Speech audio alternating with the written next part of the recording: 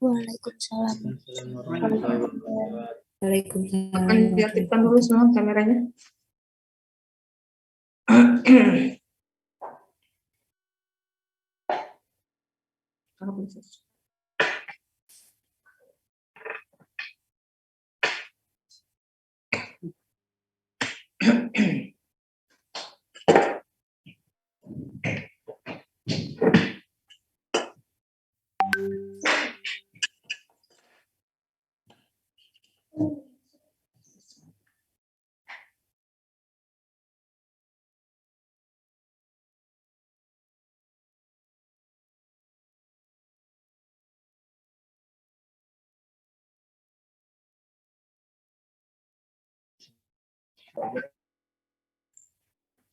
Oke, yang belum aktifkan kameranya, terus silakan diaktifkan kameranya. Jadi anggap aja kita dalam kelas ya. Kalau dalam kelas kan kita tatap muka. Kalau tatap muka artinya kita selain menatap muka, jadi kelihatan wajah-wajah masing. Nah, karena bisa jadi mungkin kalau tidak aktif kameranya, berarti kan ada yang lagi beraktivitas lain. Nah, kecuali kalau ada kendala di kamera, itu silahkan izin. Tapi kalau tidak, ya silahkan semua diaktifkan kameranya.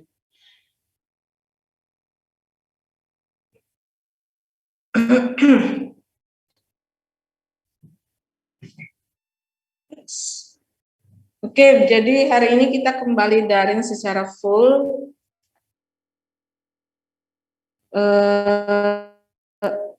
Karena adanya edaran dari dekan bahwa kita akan daring sampai dengan tanggal 25 ya. Kalau tidak ada perpanjangan. Kalau ada perpanjangan berarti sampai dengan tanggal 6 sesuai dengan edaran rektor. Tapi nggak apa-apa. Mau daring, mau tetap muka, sebenarnya intinya sama saja ya. Yang penting kalian paham dengan materi yang disampaikan.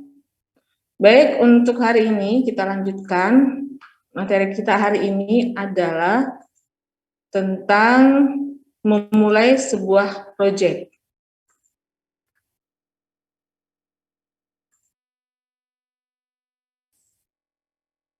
Oke, memulai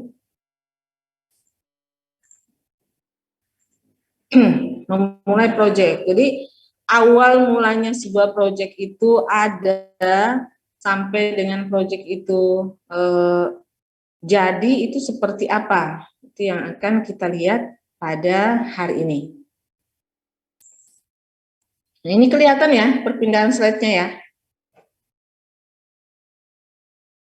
Kelihatan kan latar belakang? Terlihat. Oke, baik. Jadi sebuah proyek itu pasti ada latar belakangnya. Tidak bisa atau tidak ada proyek yang ujuk-ujuk tiba-tiba proyek itu ada.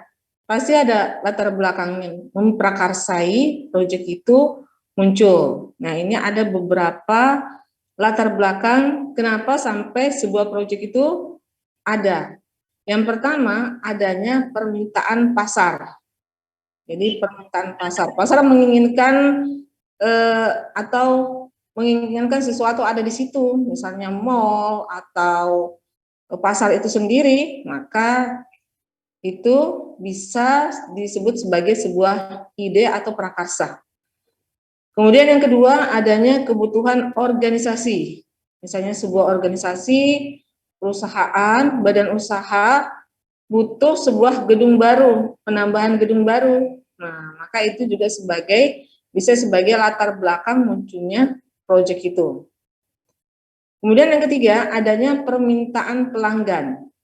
Nah, pelanggan ini contoh masyarakat, user, menginginkan misalnya, ya sama tadi mall ya, maka itu bisa menjadi sebuah latar belakang atau prakarsa timbulnya sebuah proyek. Kemudian menyesuaikan dengan kemajuan teknologi. Jadi teknologi kan semakin tahun semakin maju, maka kita butuh misalnya fasilitas pendukung teknologi itu. Nah, itu bisa juga. Kemudian memenuhi ketentuan peraturan perundangan. Jadi undang-undang mensyaratkan misalnya misalnya harus ada kantor, kantor BPK misalnya, nah, maka dibuatlah proyek itu. Kemudian mengurangi dampak lingkungan. Jadi dampak lingkungan dikurangi, maka dibuatlah proyek yang tidak berdampak lingkungan. Kemudian kebutuhan sosial, jadi adanya kebutuhan sosial masyarakat bisa juga sebagai prakarsa timbulnya sebuah proyek. Jadi selain ini sebenarnya banyak hal-hal yang bisa memprakarsai atau timbulnya ide-ide munculnya proyek. Cuman yang paling banyaknya ya ini. Kemudian lebih lanjut prakarsa proyek. Jadi pada tahapan formulasi proyek, jadi pada saat kita memulai sebuah proyek, memformulasikan, biasanya dibuat latar belakang usulan dan tujuan proyek itu dirumuskan. Makanya di sebuah proposal proyek itu selalu ada ini latar belakang dan ada tujuan. Kemudian juga ada manfaat. Jadi kita menuliskan tujuannya, latar belakangnya, tujuannya dan manfaatnya. Berikutnya adalah membuat rancangan garis besar proyek, seperti antara lain alternatif pilihan proses teknologi. Jadi setelah kita buat formulasinya tadi, tujuannya, manfaatnya apa, kita buatlah garis besarnya. Nah, garis besarnya situ nanti akan muncul alternatif pilihan proses dan teknologi, kemudian spesifikasi produk yang akan dihasilkan, serta besarnya kapasitas yang akan dibangun, skop dan spesifikasi umum dan alternatif lokasi proyek.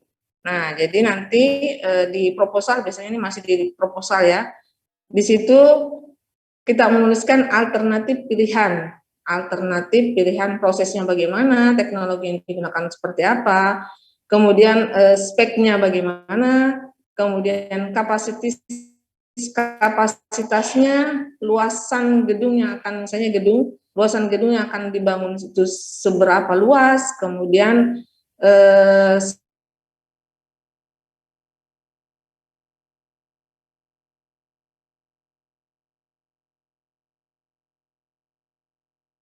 kemudian lokasi belum di mana, kalau perlu petanya dimasukkan, peta titik lokasi proyek itu juga dimasukkan di dalam proposal. Nah, dalam merumuskan proyek konstruksi yang melibatkan penggunaan dan dana investasi dalam jumlah yang besar, perlu memperhatikan faktor-faktor penting. Jadi proyek itu biasanya berhubungan dengan investasi, jadi ada sumber dana, ada yang mendanai. Nah, faktor-faktor penting itu yang pertama ada aspek teknis namanya. Nah, aspek teknis ini meliputi pemilihan proses dan teknologi serta lingkup proyek. Jadi di dalamnya kita menuliskan prosesnya bagaimana, teknologi yang digunakan bagaimana, dan lingkup proyeknya itu seperti apa. Kemudian faktor penting yang perlu kita ketahui di sini adalah utility dan infrastrukturnya. Jadi infrastrukturnya dan fasilitas pendukungnya. Kemudian sumber bahan baku dan bahan pembantu untuk proses produksi. Jadi selain utility ini, kita perlu tahu juga atau penting juga kita pahami bahan bakunya. Jadi bahan utama pembuatannya itu berasal dari mana? Apakah dari lokal tempat itu ataukah didatangkan dari daerah lain?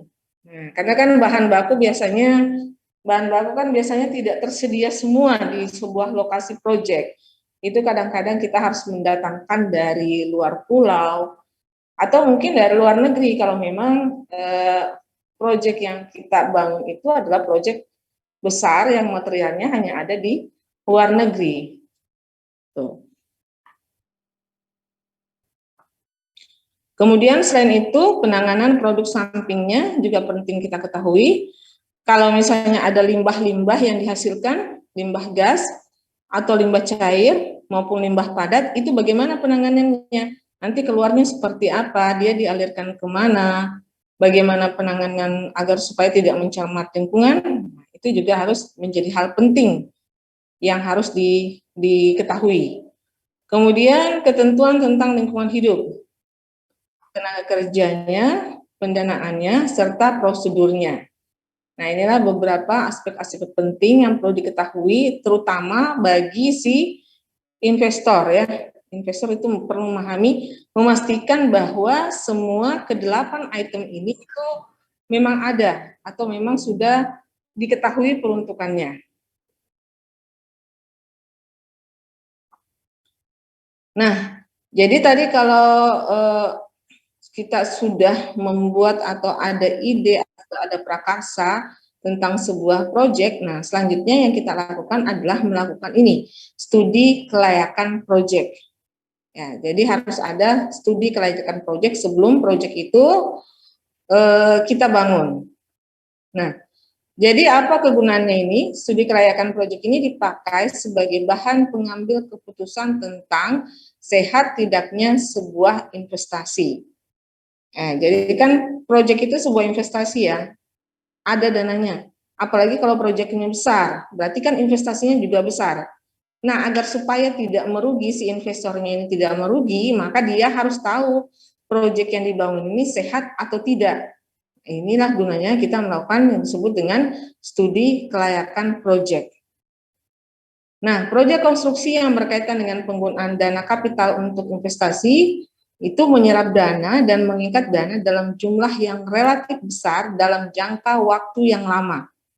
Jadi untuk proyek-proyek yang besar, dananya besar, kemudian waktunya juga akan lama. Nah, disinilah kegunaannya. Jadi studi kelayakannya ini diperlukan oleh pemilik atau si investor tadi, atau kreditur atau bank. Jadi kadang-kadang kalau bukan investor, maka pihak pemerintah mungkin akan mengajukan pinjaman ke bank. Atau mungkin pemerintah punya dana sendiri. Atau mungkin masyarakat luas serta manajemen organisasi itu sendiri.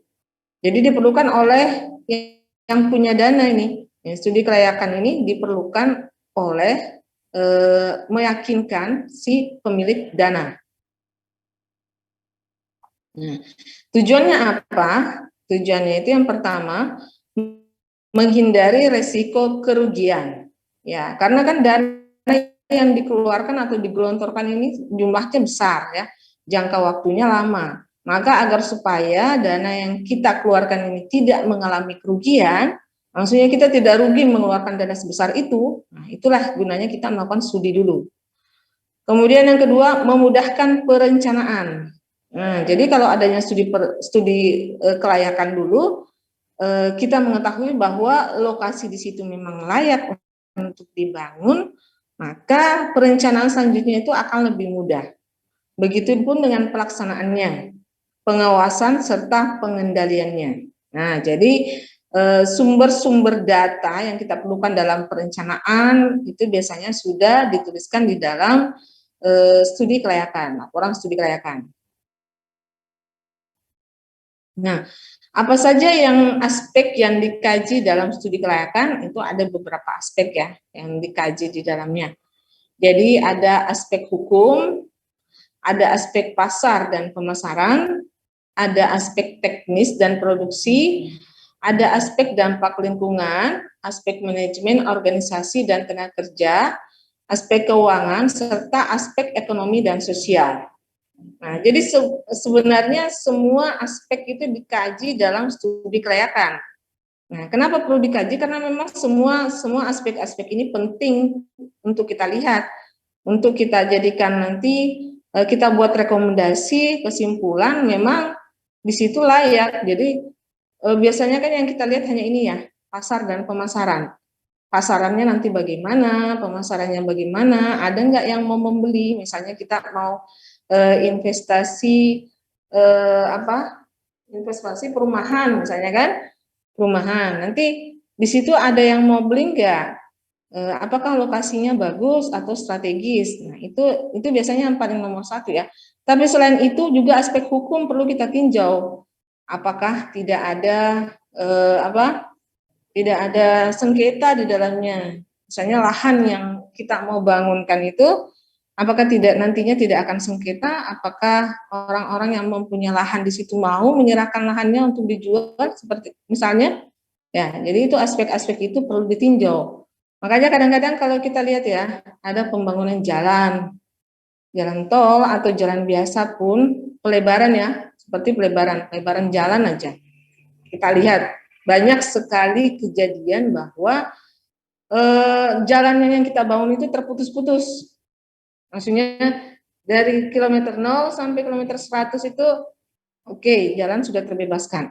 Tapi di kilometer misalnya 110 sampai 150, di situ ada masyarakat yang tidak mau membebaskan tanahnya. Nah, jadi jadinya kan jalannya itu menjadi terpotong, tidak nyambung jadinya kan. Nah, kemudian lanjutannya lagi nyambungnya. Hal-hal semacam ini itu perlu dikaji. Jadi harus diketahui bahwa memang orang-orang yang dilalui oleh jalan itu tuh mau menyerahkan lahannya untuk dibebaskan menjadi jalan.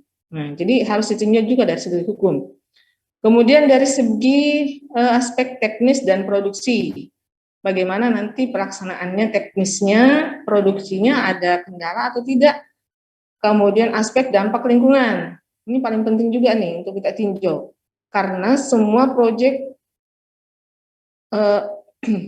apalagi proyek yang besar-besar itu pasti ada dampak lingkungan yang timbul di situ. Kemudian manajemennya tentu saja organisasi dan tenaga kerja. Nah, aspek keuangan juga penting untuk kita tinjau. Bagaimana keuangannya nanti, apakah nanti setelah proyek ini berjalan, keuangannya akan lancar, pembangunannya atau termin pembayarannya itu akan lancar, kemudian aspek ekonomi dan sosial. Dan sosial juga ini perlu ya, penting. Jadi jangan dikira sosial masyarakat itu tidak berpengaruh terhadap sebuah proyek. Itu sangat berpengaruh. Jadi semua aspek ini perlu kita tinjau dalam studi kelayakan. Nah, lebih lanjut ini adalah tahapan studi kelayakan proyek. Jadi pada saat kita mau membuat studi kelayakan, kita harus melalui tahap-tahap ini. Yang pertama kita kumpulkan dulu data-data dan informasi. Nah, jadi data-data dan informasi ini tadi dari semua aspek, tadi ada 7 aspek, kita kumpulkan data-datanya. Nah, kalau sudah terkumpul, barulah kita olah, kemudian kita analisa dan interpretasi hasil pengolahan data. Kalau sudah dianalisa, baru kita simpulkan hasilnya bagaimana. Nah, nanti terakhir baru kita buat laporan hasil studi kelayakan. Nah, di laporan hasil studi kelayakan ini nanti akan muncul sebuah rekomendasi bahwa di lokasi tersebut layak dibangun proyek itu, ya. Jadi ini tahapan-tahapannya. Nah, kemudian isi dari laporan studi kelayakan. Nah, isinya bagaimana kita membuat isi? Jadi isinya yang pertama itu yang halaman paling depan itu namanya ringkasan eksekutif. Jadi sama kalau kalian bikin laporan skripsi ya, paling depan itu kan abstrak. Nah, ini hampir sama. Jadi ringkasan eksekutif di halaman pertama itu wajib ada karena itulah yang akan dibaca pertama. Itu yang akan dibaca pertama kali oleh si pembaca laporan. Jadi kalau kita baru membuka ringkasan eksekutif, biasanya di situ sudah muncul semua apa isi daripada studi kelayakan ini. Nah, nanti di ringkasan ini sudah kita cantumkan rekomendasi bahwa itu layak atau enggak dibangun proyek di situ. Kemudian yang kedua, di bab 1 mungkin ini profil pengusul proyek. Jadi pengusulnya siapa yang mengusulkan proyek itu kita tuliskan dalam sebuah profil. Kemudian di bab berikutnya kita tuliskan latar belakang, tujuan dan uraian proyek. Kemudian selanjutnya, nah ini bab isi nih, kajian aspek-aspek. Nah, dikajilah tadi semua aspek tadi, ada 7 aspek, mulai dari hukum sampai dengan ekonomi sosial, itu dikaji di bab 4 ini. Nah, di bab 5, kita simpulkan dan buat saran. Kalau ada lampiran dilampirkan. Ya, jadi secara umum isi laporan studinya itu seperti ini ya. Nah, selanjutnya kalau sudah kita buat tadi studi kelayakan, nah ada yang disebut dengan AMDAL. Jadi kita juga perlu menyusun AMDAL-nya. Selain studi kelayakan, kita perlu juga menyusun AMDAL. Jadi kalau berdasarkan Undang-Undang RI Nomor 32 Tahun 2009 tentang perlindungan dan pengelolaan lingkungan hidup, pasal 22 itu mensyaratkan setiap usaha dan atau kegiatan yang berdampak terhadap lingkungan hidup wajib memiliki AMDAL. Nah ini, jadi proyek juga itu merupakan sebuah usaha atau kegiatan. Nah tentu saja apalagi proyeknya besar-besar ya, itu pasti berdampak terhadap lingkungan hidup. Maka untuk biasanya proyek yang besar itu di awal-awal itu mereka wajib memiliki AMDAL. Harus ada AMDAL-nya dulu. Ya, karena memang berdasarkan undang-undang ini wajib memiliki AMDAL. Nah, apakah AMDAL itu? AMDAL adalah kajian mengenai dampak penting suatu usaha dan atau kegiatan yang direncanakan pada lingkungan hidup yang diperlukan bagi proses pengambilan keputusan tentang penyelenggaraan usaha atau kegiatan. Nah, jadi AMDAL itu kajian mengenai dampak suatu usaha yang direncanakan pada lingkungan hidup. Jadi kajian mengenai dampak pentingnya usaha itu atau kegiatan atau proyek itu terhadap lingkungan hidup agar supaya bisa sebagai dasar untuk mengambil keputusan tentang penyelenggaraan usaha. Jadi usaha itu bisa dilanjutkan, proyek itu bisa dilanjutkan apabila ada kajian AMDAL-nya. Jadi kita tahu kalau misalnya di situ dengan adanya proyek ini tidak mempengaruhi lingkungan hidup misalnya, atau dia mempengaruhi lingkungan hidup, kemudian ada penanganannya seperti apa? Itu dibahas dalam kajian AMDAL ini. Nah, kemudian lebih lanjut dalam Undang-Undang Nomor 32 Tahun 2009 disyaratkan setiap usaha dan atau kegiatan yang tidak termasuk dalam kriteria wajib AMDAL wajib memiliki UKL UPL. UKL UPL ini apa? UKL UPL adalah upaya pengelolaan lingkungan hidup. Jadi UKL upaya kelola ya, upaya kelola lingkungan hidup. Jadi upaya pengelolaan lingkungan hidup. UPL upaya pemantauan lingkungan hidup. Jadi K-nya ini kelola, P-nya ini pantau. Jadi upaya kelola lingkungan hidup, upaya pemantauan lingkungan hidup. Jadi merupakan pengelolaan dan pemantauan terhadap usaha dan atau kegiatan yang tidak berdampak penting terhadap lingkungan hidup yang diperlukan bagi proses pengambilan keputusan tentang penyelenggaraan usaha atau kegiatan. Jadi kalau misalnya AMDAL tadi itu proyeknya gede-gede, besar-besar, dananya besar, itu butuh AMDAL. Nah, untuk proyek level kedua ke bawah, jadi kalau misalnya dananya mungkin tidak begitu besar, kemudian dampak terhadap lingkungannya juga tidak begitu besar, maka kriteria AMDAL akan turun hanya wajib memiliki UKL dan UPL. Nah, jadi kriteria kedua, ya, bukan kriteria kedua, tingkatan kedua.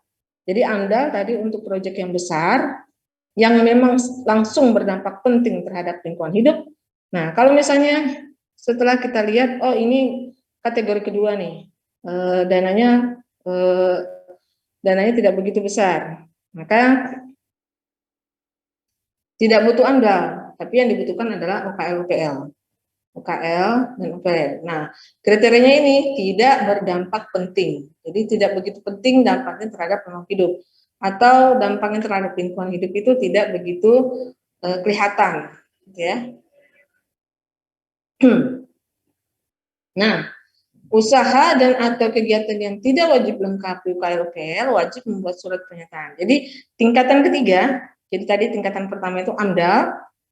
Kalau tidak wajib AMDAL maka turun kategori ke kategori kedua UKL dan UPL.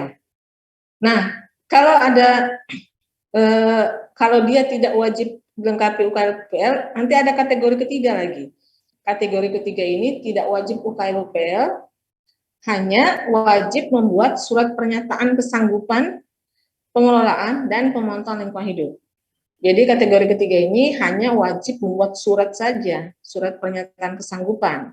Jadi si pembuat proyek ini tidak wajib membuat UKL-UPL, tapi wajib membuat surat pernyataan. Nah, kategorinya apa yang tidak wajib melengkapi UKL-UPL, atau kategorinya apa untuk kategori ketiga ini? Yang pertama, tidak termasuk dalam kategori berdampak penting dan kegiatan usaha mikro dan kecil. Nah, jadi untuk usaha atau proyek-proyek yang mikro, proyek rumahan misalnya, nah, itu tidak perlu AMDAL, tidak perlu UKL, tapi hanya perlu membuat surat pernyataan kesanggupan. Jadi memang, tapi di surat itu usaha mikronya memang tidak ada dampaknya terhadap lingkungan. Karena ada juga usaha mikro, tapi dampak lingkungannya itu besar. Mungkin karena limbah yang dihasilkan. Jadi ada ya usaha mikro seperti pembuatan tahu atau tempe. Misalnya proyeknya pembuatan itu kan termasuk usaha mikro dan kecil ya. Tapi dampaknya terhadap lingkungan itu besar, mungkin karena dia membuangnya langsung di sungai. Limbah-limbahnya itu dibuang langsung di sungai, sehingga berdampak terhadap ekosistem yang ada di sungai. Nah, itu nggak termasuk yang ini. Dia nggak termasuk yang ini. Jadi kategori ini memang tidak ada dampak ya, tidak dampak terhadap lingkungan. Mungkin misalnya ini usahanya atau proyeknya mungkin proyek pembuatan garment mungkin ya, baju atau apa, itu kan tidak dampak terhadap lingkungan, hampir dibilang tidak ada, karena sampahnya mungkin sampahnya tidak dibuang di lingkungan, tapi sampahnya langsung dikelola kembali, diolah kembali. Nah, ini yang dimaksud dengan yang ini, tidak wajib lengkapi UKL-UPL. Jadi ada tiga kategori ya, ada tiga kategori. Yang pertama tadi AMDAL, UKL-UPL, dan surat pernyataan. Nah, selanjutnya, jadi izin lingkungan yang diperoleh melalui tahapan kegiatan ini meliputi pertama, penyusunan AMDAL dan UKL-UPL, kedua, penilaian AMDAL dan penyusunan UKL-UPL, yang ketiga, permohonan dan penerbitan izin lingkungan. Jadi kalau kita mau melanjutkan tadi, setelah kita membuat AMDAL-nya, nanti jadinya kita mendapatkan ini, izin lingkungan. Jadi sebelum mendapatkan izin ini, kita harus susun ininya, AMDAL dan UKL-UPL-nya, terus ada penilaiannya, ada permohonan penerbitan izin. Nah, apa yang ada di dalam dokumen AMDAL? Apa yang ada di dalam dokumen AMDAL itu ada 3 dokumen. Yang pertama kerangka acuan, yang kedua AMDAL, dan yang ketiga RKL RPL. Nah, jadi kerangka acuan, ada AMDAL dan ada RKL-RPL. Dan ini dibedakan ya. Kalau yang tadi AMDAL pakai M, analisis mengenai dampak lingkungan. Kalau ini AMDAL, analisis dampak lingkungan. Nah, jadi AMDAL ini terdiri dari ini. Jadi AMDAL ini merupakan bagian daripada AMDAL. Nah, yang pertama kerangka acuan. Apa isi kerangka acuan? Nah, kerangka acuan itu isinya ini, ada pendahuluan, ada perlingkupan, atau ada metode studi, daftar pustaka, dan lampiran. Nah, isi ini kerangka acuannya. Jadi kerangka awal kita mengacu untuk membuat AMDAL itu nanti disampaikan di sini, metode studinya bagaimana, lingkupnya apa, daftar pustakanya apa. Jadi semacam hal-hal yang berbau umum di sini ya, hal-hal yang berbau umum itu disampaikan di sini, metode-metode studinya seperti apa, kemudian pustaka-pustaka yang digunakan seperti apa, jika ada lampiran disampaikan di sini. Kemudian dokumen yang kedua dan AMDAL. Jadi AMDAL ini analisis dampak lingkungan hidup. Ini isinya telaahan secara cermat dan mendalam tentang dampak penting suatu rencana usaha dan atau kegiatan. Nah, jadi isinya AMDAL ini yaitu pendahuluan, kemudian deskripsi rinci rona lingkungan hidup awal, terus perakiraan dampak penting, terus evaluasi secara holistik terhadap dampak lingkungan hidup, daftar pustaka dan lampiran. Nah, jadi di Andal ini sudah kita sampaikan dampak-dampak penting, kira-kira dampak penting yang muncul kalau proyek itu ada itu seperti apa. Nah, disampaikan juga rona lingkungan hidupnya yang ada di situ tuh bagaimana. Jadi lingkungan awal sebelum proyek itu ada, itu seperti apa. Kemudian perkiraan nanti dampaknya kalau proyek ini muncul, itu bagaimana. Ini disampaikan di sini. Nah, kemudian setelah itu kalau kita sudah tahu ronanya, dampak pentingnya, kemudian kita evaluasi, ada evaluasinya. Evaluasi secara holistik terhadap dampak lingkungan hidup. Kita evaluasi nanti bagaimana kalau proyeknya itu dampak-dampaknya itu bagaimana terhadap lingkungan hidup. Nah, dokumen yang ketiga adalah RKL-RPL.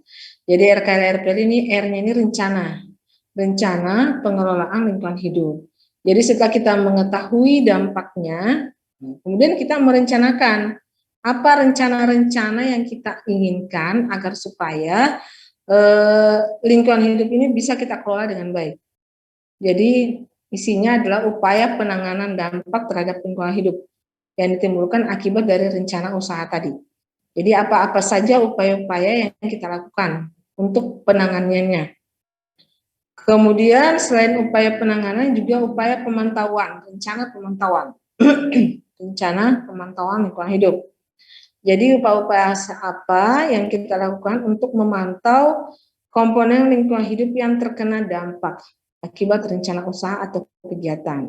Nah, jadi di sini kita menuliskan semua rencana-rencana, semua rencana tentang upaya penanganan kalau misalnya lingkungannya itu terdampak, apa yang kita lakukan. Kemudian selain itu untuk pemantauannya itu seperti apa, agar supaya dampak lingkungan yang timbul karena proyek itu bisa menjadi seminimal mungkin. Kalau perlu tidak ada dampak yang timbul. Nah, apa isi RKL-RPL ini? Nah, jadi tadi ini dokumen ketiga ya, yang ada dalam AMDAL, isinya itu adalah pendahuluan. Yang kedua, bab 2-nya rencana pengelolaan lingkungan hidup. Nah, di sini kita buat upaya-upayanya tadi. Kita tuliskan rencananya apa-apa saja rencana yang akan kita lakukan. Kemudian rencana pemantauan, kita tuliskan juga rencana-rencana untuk memantau. Kemudian jumlah dan jenis izin perlindungan dan pengelolaan lingkungan hidup yang dibutuhkan. Jumlah dan jenis izin perlindungan dan pengelolaan lingkungan hidup. Kemudian pernyataan komitmen pemrakarsa untuk melaksanakan ketentuan yang tercantum dalam RKL-RPL.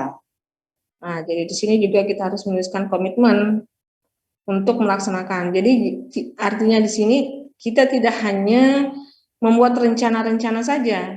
Kalau rencana itu kan belum tentu dilakukan ya.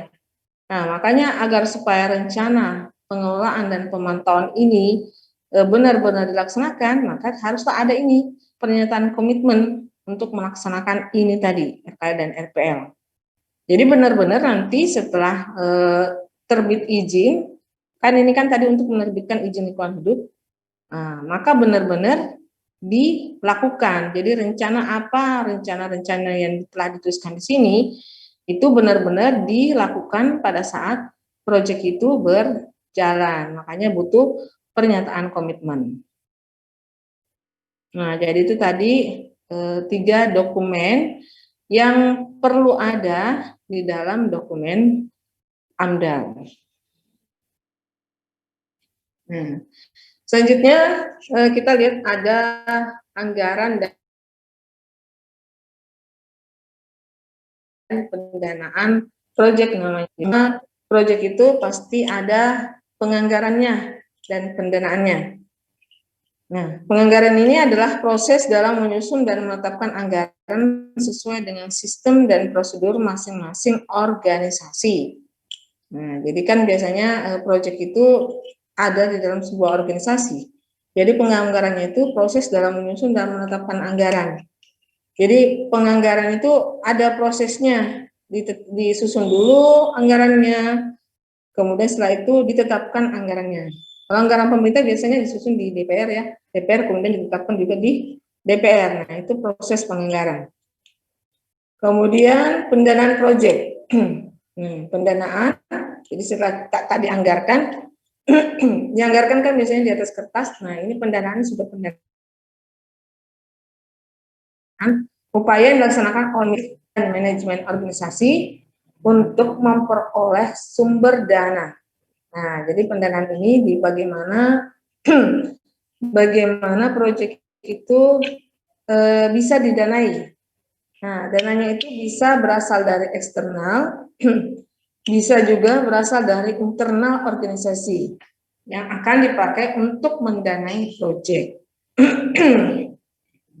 Jadi kalau organisasinya misalnya organisasi swasta, kemudian si perusahaan ini memang mempunyai modal besar untuk membuat sebuah proyek, maka sumber dananya aman. Berarti sumber dananya dari internal.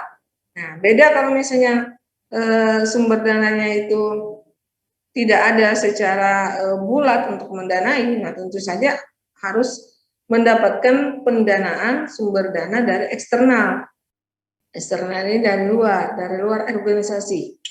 Dari luar organisasi, misalnya pinjaman dari bank atau investor investor yang mau menanamkan modalnya di situ. Nah, jadi itu sumber dana. Nah, selanjutnya sebuah proyek itu terinci dari ada yang disebut dengan perkiraan biaya. Biayanya itu ada yang disebut dengan biaya langsung dan ada biaya tak langsung.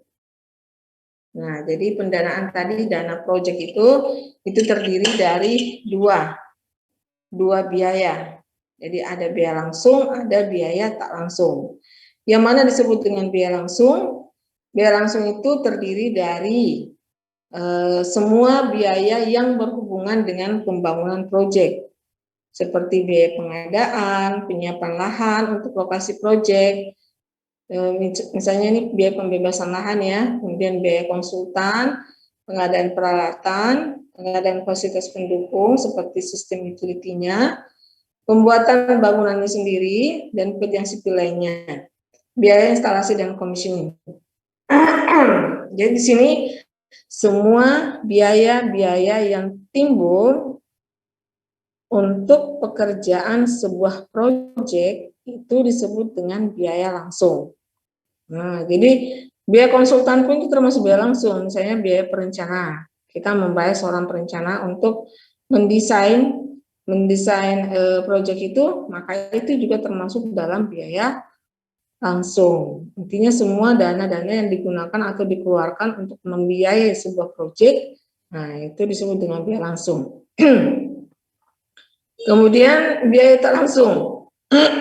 Biaya tak langsung ini seperti gaji dan fasilitas tim proyek, kontingensi, asuransi, pajak, dan lain-lain. Jadi ini di luar daripada biaya yang digunakan khusus untuk proyek itu disebut dengan biaya tak langsung.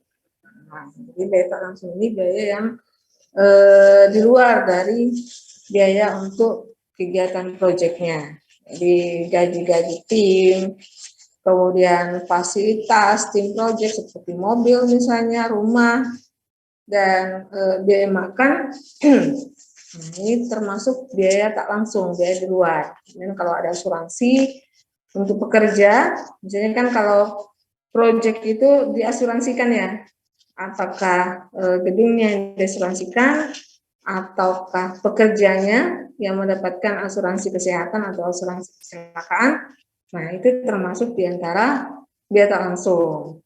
Kemudian pajak juga. Jadi pajak itu sebuah proyek itu pasti ada pajak 10% misalnya. Nah, itu itu juga di luar daripada biaya proyek, maka itu disebut dengan biaya tak langsung. Nah, ini anggaran dan pendanaan proyek. Nah, jadi anggaran proyek ini ada manfaatnya. Kenapa kita perlu menetapkan? Menetapkan dulu di depan, di awal penetapan anggaran ini. Gunanya untuk apa?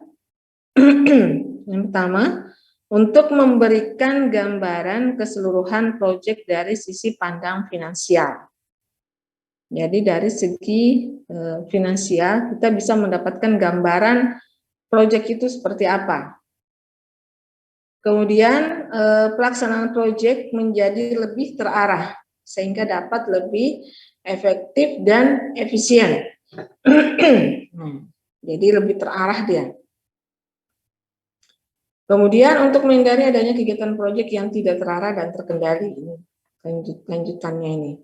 Untuk mengidentifikasi hambatan yang timbul dan mengatasi secara terarah. Jadi kalau ada biasanya kan biasanya proyek itu pasti ada saja hambatan atau kendala yang timbul. Nah, gunanya tadi ini kita menetapkan anggaran untuk meminimalkan hambatan-hambatan yang timbul. Jadi kita sudah tetapkan memang anggarannya agar supaya hambatan untuk penetapan anggaran itu sudah nggak ada di kemudian hari. Kemudian mengoreksi penyimpangan yang muncul seawal mungkin. Jadi kadang-kadang di awal itu kadang-kadang ada yang mau melakukan penyimpangan terhadap sebuah proyek, ya. Nah, itulah gunanya di awal kita sudah menetapkan anggarannya sekian nih. Jangan sampai nanti besok-besok tiba-tiba anggarannya membengkak 2 kali lipat. Padahal kita sudah anggarkan misalnya 1 miliar. Oh, tiba-tiba belakang-belakang menjadi 2 miliar. Nah, itu kan berarti ada sesuatu yang tidak beres, kan? Nah, kita sudah hitung-hitung di awal cuma biaya 1 miliar, setelah dihitung ulang kok jadi 2 miliar. Itu kan artinya ada hal-hal yang menyimpang di situ. Ada hal-hal yang tidak sesuai, menyimpang. Nah, ini sedapat mungkin kita minimalkan hal-hal seperti itu. Karena sudah banyak kejadian ya, bupati ditangkap, gubernur ditangkap, terus Pimpro, manajer proyek itu ditangkap, itu biasanya karena adanya penyimpangan ini. Kadang-kadang ditangkapnya itu di awal proyek itu sudah diketahui adanya penyimpangan. Kadang-kadang juga di pertengahan proyek ataupun mungkin proyek itu sudah selesai, sudah jadi, baru diperiksa BPK, baru kelihatan oh memang ada penyimpangan di dalamnya. Itulah makanya di awal kita sudah menetapkan menganggarkan sesuai dengan seharusnya. Jadi nominal proyek itu memang sesuai dengan seharusnya. Jadi menghindari markup misalnya kan, markup biaya atau gratifikasi ya, gratifikasi yang diberikan kepada pejabat-pejabat yang berwenang untuk meloloskan proyek itu sampai ke tangan si kontraktor atau si konsultan. Nah, sudah habis ya. Oke, jadi ini yang perlu kalian ketahui di awal sebelum kita memulai sebuah proyek. Jadi ada hal-hal atau ada sesuatu yang perlu kita persiapkan di awal proyek. Seperti tadi kita membuat studi kelayakan, terus kita membuat amdalnya, terus kita menetapkan anggaran di awal. Nah, semuanya ini untuk meminimalkan resiko-resiko yang bisa muncul. Misalnya kalau kita tidak membuat amdal, mungkin besok-besok kalau misalnya ada dampak yang terhadap lingkungan, siapa yang mau tanggung jawab? Siapa yang mau tanggung jawab? Tidak ada amdalnya, tidak dibuat amdalnya di awal. Nah, itulah gunanya kita membuat amdal. Kemudian studi kelayakan tadi. Apa gunanya kita melakukan studi kelayakan? Untuk menghindari resiko kerugian. Itu yang paling penting. Resiko kerugian oleh siapa? Oleh pemilik dana atau investor atau owner. Jadi owner harus tahu bahwa proyek yang dibangun ini bukan proyek asal proyek. Jadi kadang-kadang ada orang, saya nggak tahu ya, di mungkin di pemerintahan ada yang penting ada proyek misalnya kan, yang penting kita punya dana nih untuk membuat proyek. Nah, proyek apa yang mau kita buat? Nah, itu kan tidak benar kalau seperti itu. Jadi proyek itu harus muncul karena adanya prakarsa. Ada hal yang melatar belakangi proyek itu muncul. Jadi tidak tiba-tiba kita menginginkan, misalnya di anggota dewan ya, kita mau buat proyek A, kita mau buat proyek B, itu nggak bisa langsung seperti itu, serta-merta seperti itu. Proyek itu idenya itu biasanya dari awal, dari bawah ya, dari masyarakat bawah, dari RT RW. RT RW-nya maunya seperti ini, maunya dibuatkan seperti ini. Jadi bukan prakarsa dari atas biasanya. Tidak serta merta prakarsa atau latar belakang proyek itu dari atas, tapi bisa saja itu dari bawah, ya. Oke, sampai di sini ada yang mau bertanya? Silakan Ibu, persilakan. Silakan dibuka saja ininya, dibuka suaranya, di unmute dan bertanya tentang bagaimana awal mula kita memulai sebuah proyek. Ya, silakan. Bersilakan untuk bertanya. Ada yang bertanya?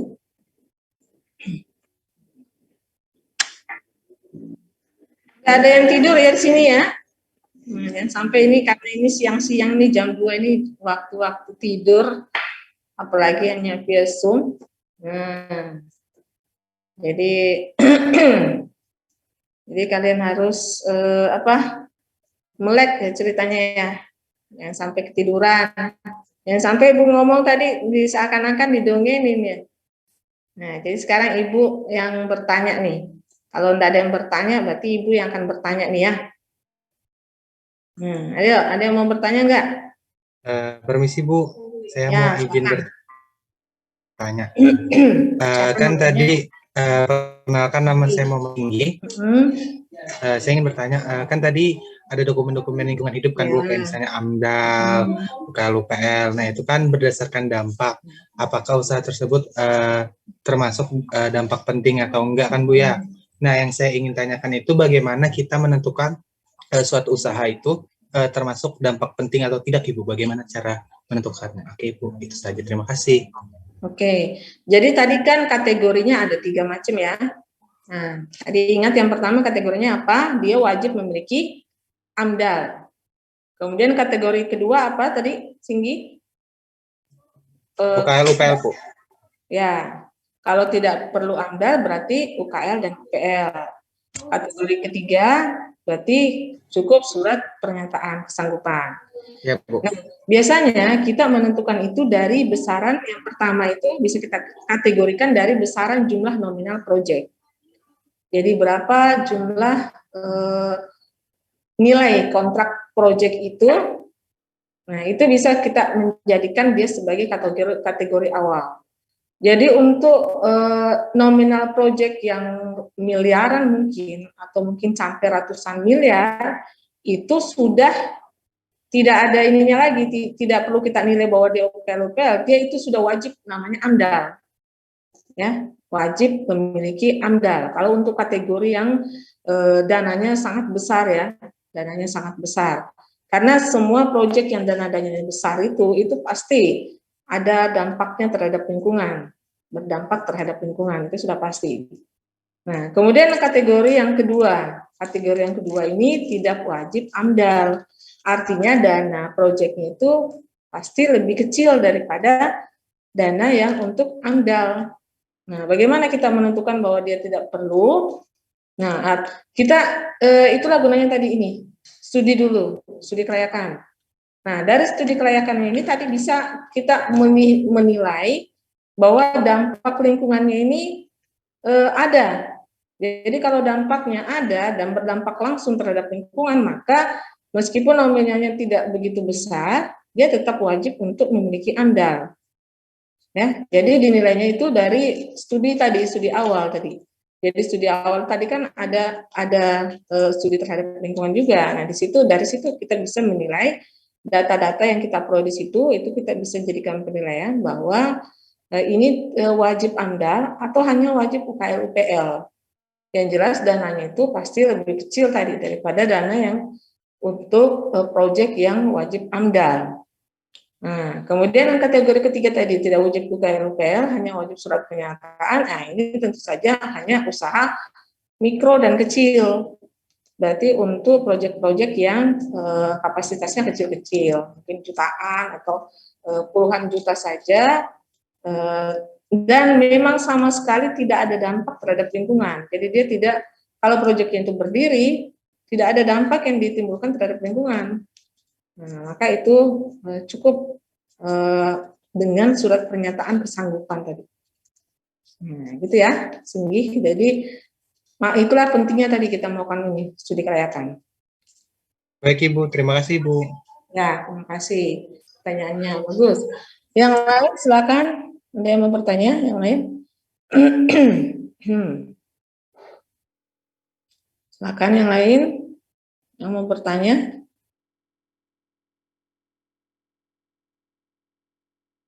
Kalau nggak ada Ibu yang bertanya nih ya. Nah, pertanyaan pertama apa nih pertanyaan pertamanya? Nah, kira-kira apa yang melatar belakangi proyek itu muncul? Nah, ada yang bisa jawab nggak? Yang memprakarsai atau latar belakang timbulnya sebuah proyek apa? Tadi kan proyek itu tidak mungkin tiba-tiba muncul. Ada kita membuat jalan misalnya atau membuat bangunan, itu kan tidak mungkin tiba-tiba. Pasti ada latar belakangnya.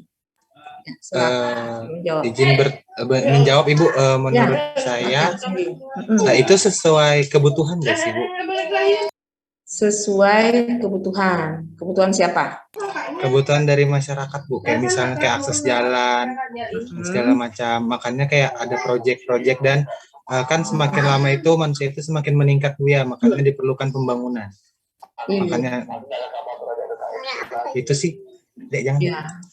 Oke, itu salah satu ya, ada kebutuhan masyarakat atau pelanggan, itu anggap itu, atau kebutuhan pasar. Nah, oke, itu bisa sebagai latar belakang prakarsa timbul sebuah proyek. Ada lagi yang mau Menjawab, Bu. Ya, silakan Dian.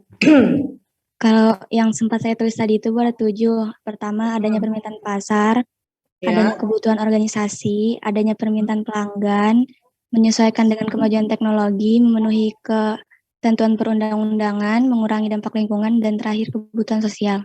Oke, bagus sekali ya. Jadi sempat dicatat tadi. Jadi itu tadi semua latar belakang timbulnya sebuah prakarsa project. Oke, pertanyaan kedua.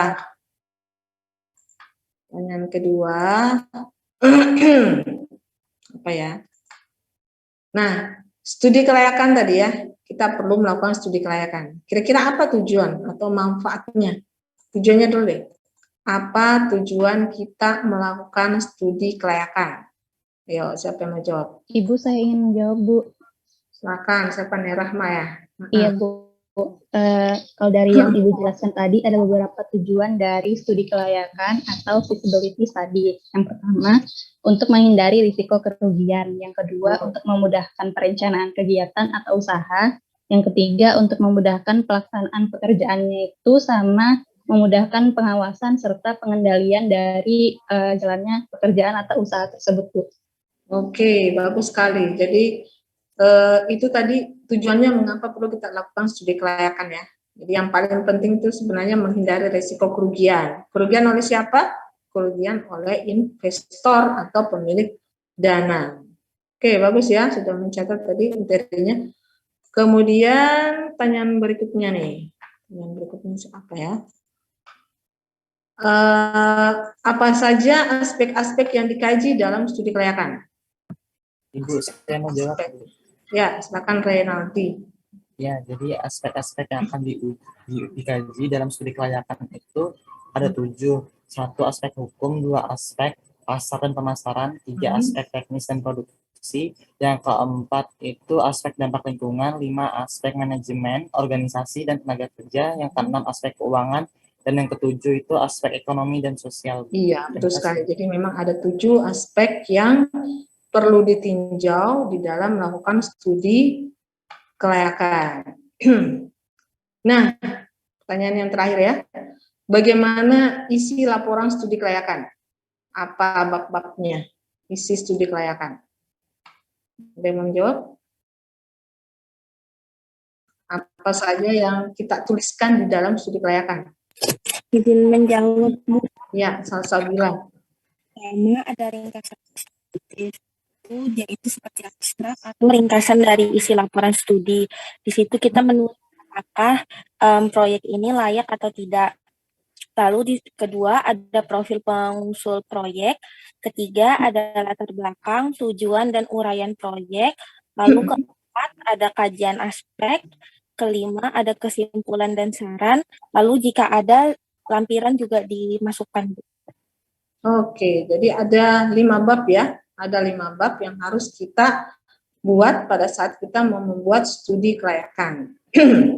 Nah, kalian sudah tahu apa yang harus ada dalam studi kelayakan. Nah, di sini Ibu akan kasih tugas tentang studi kelayakan, ya. Nah, jadi tugasnya seperti ini. Buatlah sebuah laporan studi kelayakan proyek. Proyek apa? Nah, yang pertama, di awal kuliah, Ibu sudah sampaikan kepada kalian bahwa nanti kalian akan membuat sebuah tugas besar. Tugas besarnya apa? Tugas besarnya adalah membuat sebuah proyek. Proyeknya apa? Terserah kalian mau membuat proyek apa. Contoh misalnya proyek bangunan sekolah, itu contoh ya. Contoh kalian mau membuat proyek bangunan sekolah. Nah, sebelum kalian membuat proyek itu, maka kalian harus buat tulis studi kelayakannya. Kalian harus buat studi kelayakannya. Nah, apa yang kalian harus buat nantinya? Seperti ini. Jadi isinya ini harus ada ringkasan eksekutif, profil, latar belakang, kajian aspek-aspek, dan ada kesimpulan dan saran di dalamnya. Nah, di sini tugasnya Ibu akan buat per kelompok saja, jadi nggak perlu satu-satu bikin tugas. Jadi kelompoknya nanti ini adalah kelompok sampai akhir ya. Jadi kalian buat kelompok sekarang, itu kelompok itu juga nantinya akan membuat proyek sampai dengan tugas besarnya nanti. Jadi kelompoknya ini aja sampai tugas besarnya selesai nanti ya. Nah, kita ada berapa orang di sini? Ada, kalau pesertanya sini 48. Kalau peserta sebenarnya ada berapa ya? Siapa ketua kelasnya ya? Izin menjawab, Bu. Totalnya ada 53. Renaldi, ada 50? 53. 53? Iya, 53 kalau kita bagi menjadi berapa kelompok ya? 6 kelompok, itu satu kelompok berapa orang, Renaldi? 6 kelompok aja deh. 63 bagi 6? berarti satu kelompok ada yang 8, ada yang 9. Bu. Satu kelompok ada 8. Kebanyakan ya. Kalau begitu 6, 7 deh.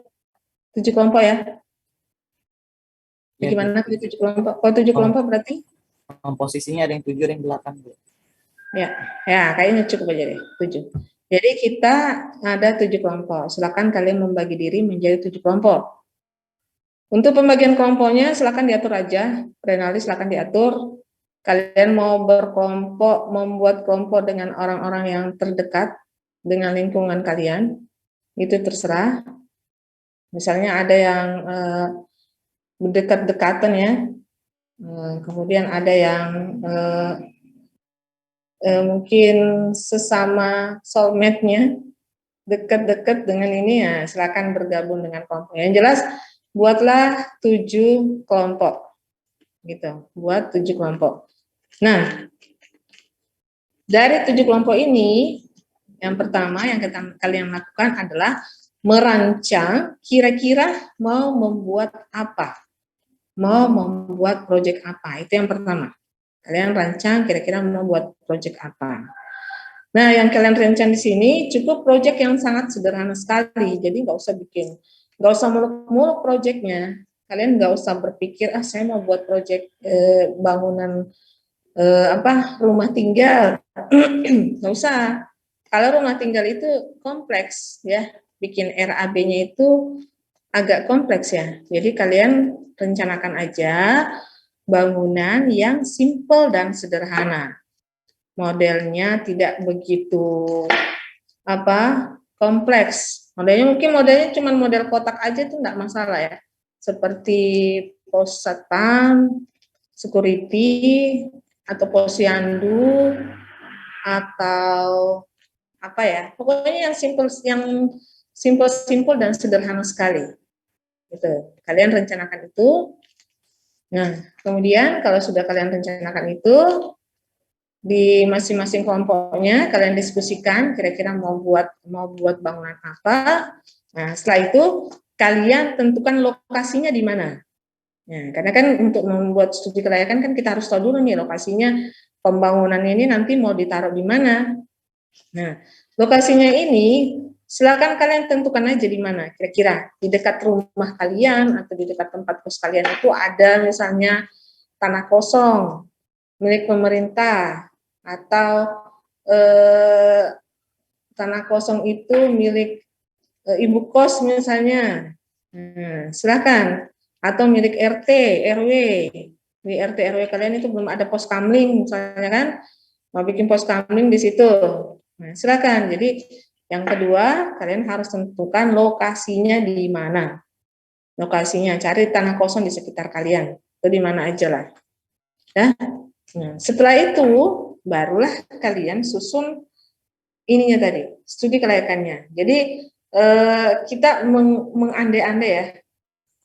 Meskipun misalnya proyek yang kalian rencanakan itu proyek kecil, tapi kita mengandaikan bahwa proyek ini besar. Proyek ini seakan-akan ini proyek besar, sehingga semuanya perlu dikaji aspek-aspeknya. Ya. Nah, di sini nanti kalian buat di halaman depannya itu ringkasan eksekutifnya, 1 halaman. Jadi 1 halaman ini mesti ada 1 halaman ini ringkasan eksekutif. Kemudian profil pengusul proyek. Nah, untuk profil pengusul proyek ini anggap saja kalian adalah sebuah perusahaan yang mengusulkan proyek ini. Nah, silakan ditentukan mau namanya apa, nama perusahaannya apa. Kemudian setelah itu kalian buatlah ini latar belakang, tujuan dan uraian proyek. Bagaimana, kenapa proyek itu mesti ada? Kenapa misalnya pos kamling ya? Kenapa pos kamling itu mesti ada? Kemudian tujuannya dibangun itu apa? Kemudian kalian uraikan proyeknya. Setelah itu barulah kalian melakukan kajian aspek-aspek. Aspek-aspeknya tadi kan sudah disebutkan ada 7 aspek. Nah, kalian tuliskan semua aspek-aspeknya itu. Setelah itu baru disimpulkan. Nah, kesimpulannya nanti di sini nanti akan keluar rekomendasi atau simpulan bahwa proyek yang kalian mau bangun di situ memang layak dibangun. Karena mungkin tidak ada, belum ada, dan penting untuk dibangun di situ. Nah, itu kesimpulannya dan sarannya. Kalau ada lampiran, misalnya sudah ada gambar-gambarnya, ya silakan lampirkan gambar-gambarnya. Kalau enggak ada juga enggak masalah. Oke, sampai di sini jelas tugasnya? Silakan bertanya. Jadi tadi buat 7 kelompok ya. Dan kelompoknya ini nanti akan menetap, kelompoknya sampai di akhir. Kelompoknya sampai di tugas akhir. Jadi ini tugas pertama, tugas pendahuluan. Kalian akan buat ini, studi kelayakan dulu. Nanti untuk tugas besarnya nanti setelah UTS ya. Setelah UTS nanti kalian sudah akan mulai membuat proyeknya tadi. Kalau misalnya proyek kesis kambing, maka mulailah kalian nanti setelah UTS itu akan membuat pertama desainnya, kemudian yang kedua akan menghitung nilainya berapa, rencana RAB-nya berapa. Oke, ada pertanyaan? Silakan. Nah, untuk diskusinya ya, untuk diskusi kalian kan bikin kelompoknya. Nah, nanti kalian bentuknya buatkan dalam bentuk laporan. Laporannya nanti disusun berdasarkan pedoman penulisan karya tulis. Kalian buat seperti itu. Nah, untuk tugasnya ini tidak perlu kalian, karena kita masih masih online, kalian tidak perlu bertemu juga nggak apa-apa kan. Jadi kan kita ini masih menghindari untuk pertemuan ya.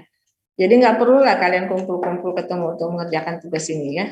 Karena kan ini paling mungkin kalian diskusi via Zoom dengan teman-temannya, siapa yang mengerjakan bab 1, bab 2, bab 3, kemudian siapa yang mengerjakan ringkasan eksekutif, siapa yang mengerjakan aspek kan ada 7 tadi ya. Nah, itu bisa kalian bagi tuh, siapa mengerjakan aspek hukum, ekonomi, sosial. Nanti satu orang yang merampungkan, satu orang yang menggabungkan semua pekerjaan teman-temannya. Ya, jadi enggak usah kalian kumpul-kumpul ngerjain tugas ini yang di awal ini. Nanti kalau kita sudah tatap muka, sudah boleh ketemu-ketemuan dengan temannya.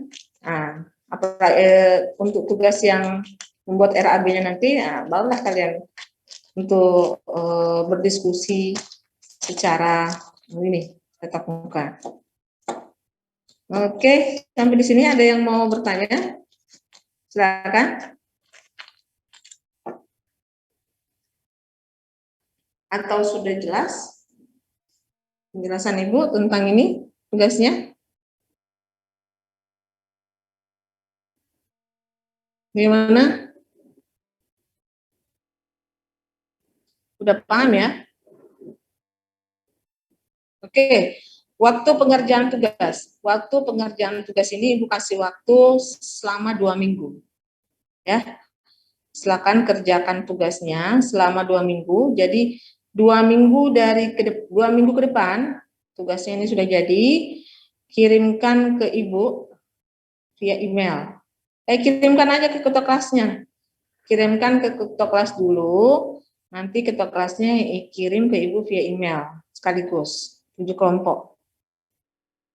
Ya, dan jika ada waktu nanti masing-masing kelompok akan mempresentasikan apa yang sudah dibuat. Ya, jadi 2 minggu ke depan, itu tugasnya dikumpul, dan kita sedapat mungkin kita diskusi mengenai tugas yang sudah kalian kerjakan. Nah, jadi nanti di tugas kalian itu nanti sudah ada rancangan kira-kira kalian mau buat apa. Kalau memang sudah punya gambaran, sketsa kira-kira, ada sketsa proyeknya itu bagaimana, nah, boleh nanti ditampilkan juga pada saat kalian presentasi. Ya, paham ya? Nah, jadi Ibu ulangi, tugasnya dikumpulkan 2 minggu ke depan, dan 2 minggu ke depan kalian siapkan bahannya, sedapat mungkin. Kayaknya butuh presentasi ya, karena kalau kalian cuma mengerjakan terus tidak ada yang menyampaikan ini mau seperti apa, nanti kedepannya nanti tugas setelah tugas besarnya nanti jadi tidak terarah. Jadi Ibu harus serahkan dulu kalian di situ. Makanya Ibu kasih kesempatan untuk mempresentasikan masing-masing tugasnya nanti di 2 minggu ke depan. Iya. Bagaimana, sudah jelas ketua kelasnya gimana? Siapa? Renaldi? Sudah jelas? Iya Bu, jelas Bu. Nah, jelas ya. Jadi tolong sampaikan ke teman-temannya. Ini ada berarti yang belum masuk di sini. Kalau ada yang nggak masuk, nggak hadir di sini, silakan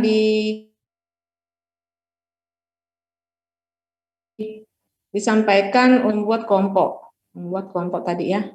Bahkan buat kelompok masing-masing 7 sampai 8 orang. Ya. Ini siapa yang tidak hadir ya? Oke. 53 berarti ada. Oh ya, absen udah ya? Kalian absennya tadi perasaan Ibu udah upload di MOS. Udah absen belum? Iya Bu, sudah di absen. Udah absen ya? Ya. Tapi Ibu mau absen juga nih biasanya. Biasanya Ibu absen langsung juga. Soalnya kadang-kadang ada yang tidak ikut kelas di Zoom, cuman ngabsen aja di MOS. Nah, untuk apa coba? Cuman absen aja, tapi tidak ikut kuliahnya. Gitu. Coba Ibu absen satu-satu ya. Nah.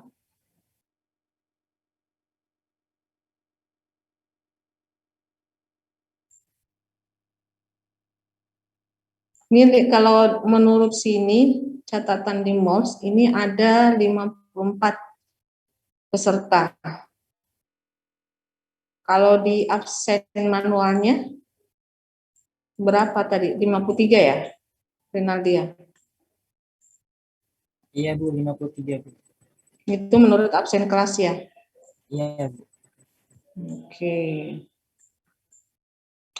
Baik, Ibu absen dulu ya. Berdasarkan absen yang ada di MOS saja deh.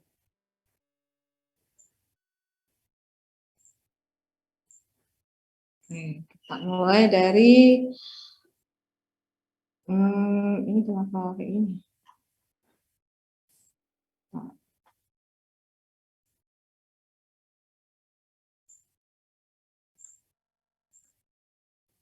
Mohon maaf Bu, salah hitung Bu, ada 54 karena satunya lagi ada yang ahli jenjang Bu. Kenapa?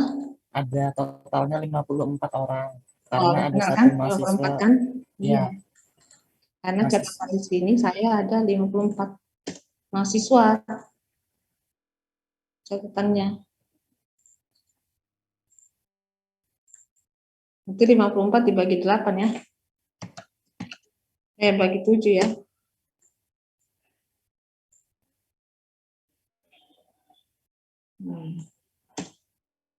Oke, mulai dari nanti bersuara ya.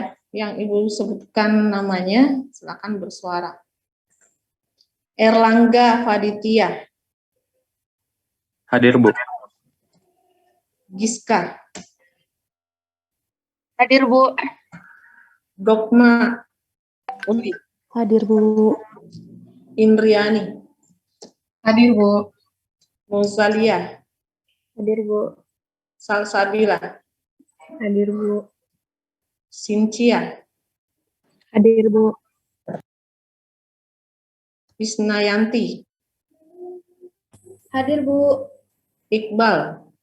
Hadir Bu. Maharani. Hadir Bu. Dian Novitasari. Hadir Bu. Salsabila. Hadir Bu. Randy Pangestu. Hadir Bu. Muhammad Singgi. Hadir Bu. Yusi Tirana. Hadir Bu. Krise Putra. Hadir Bu. Fadilah. Fadilah Alfarisi. Nggak ada? Fatima Ramadanti. Hadir Bu. Putri. Ariska.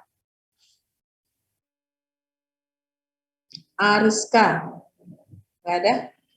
Rahmanur Amalia. Hadir Bu. Andini Adi Putri. Hadir Bu. Alfi Rahmawati. Hadir Bu. Gibran. Hadir Bu. Gibran. Hadir. Anissa. Hadir Bu. Ahmad Taufan. Ada Bu. Rifka.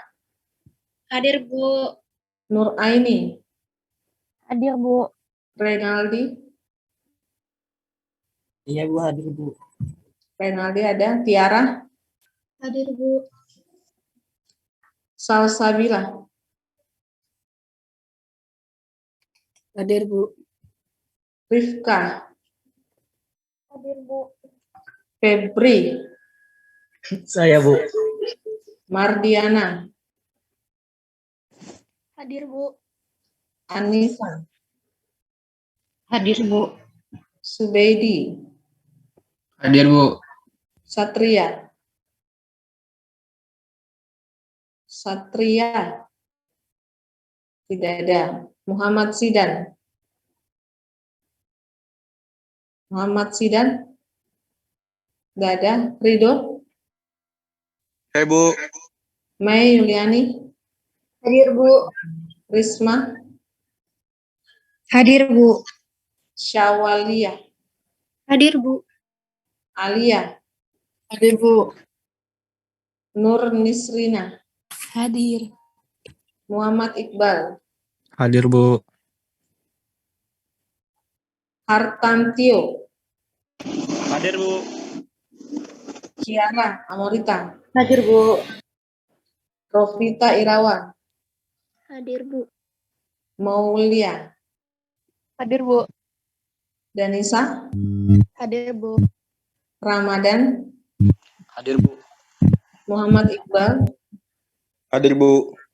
Geri Seprianta, Geri, tidak ada. Yulianti, Hadir.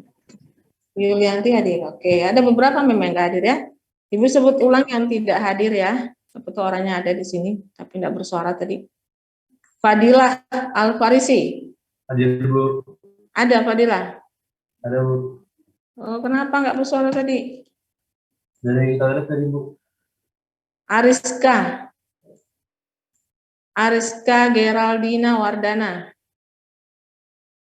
Coba dicek temannya, ada nggak atas nama Ariska? Tidak Nggak ada. ada. Nggak ada. Satria Wirayuda. Satria Wirayuda. Memang tidak ada. Tidak ada juga, Bu. Muhammad Sidan. Muhammad Sidan. Apa memang tidak ada? Iya, Bu, tidak ada di Zoom, Bu. Nggak ada ya. Iya, Bu, tidak ada. Terus siapa lagi? Satu lagi nih. Geri Seprianta. Memang nggak ada ya. Geri. Nah, berarti ada 4 orang yang hadir. Oke. Kayaknya lebih efektif nih Bu absen kayak gini ya. Daripada nanti kalau ngecek di mouse kan ngopi-ngopinya itu susah. Tapi kadang tetap absen di mouse. Tetap absen di mouse. Nah, ini absen buat Ibu sendiri tadi. Berarti ada 4 orang tadi ya yang hadir ya. Oke. Baik, sebelum kita tutup, mungkin ada lagi yang mau bertanya, silakan terkait tugas atau terkait apa.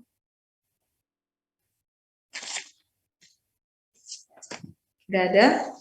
Nah, kalau nggak ada, mungkin kita cukupkan pertemuan kita pada hari ini.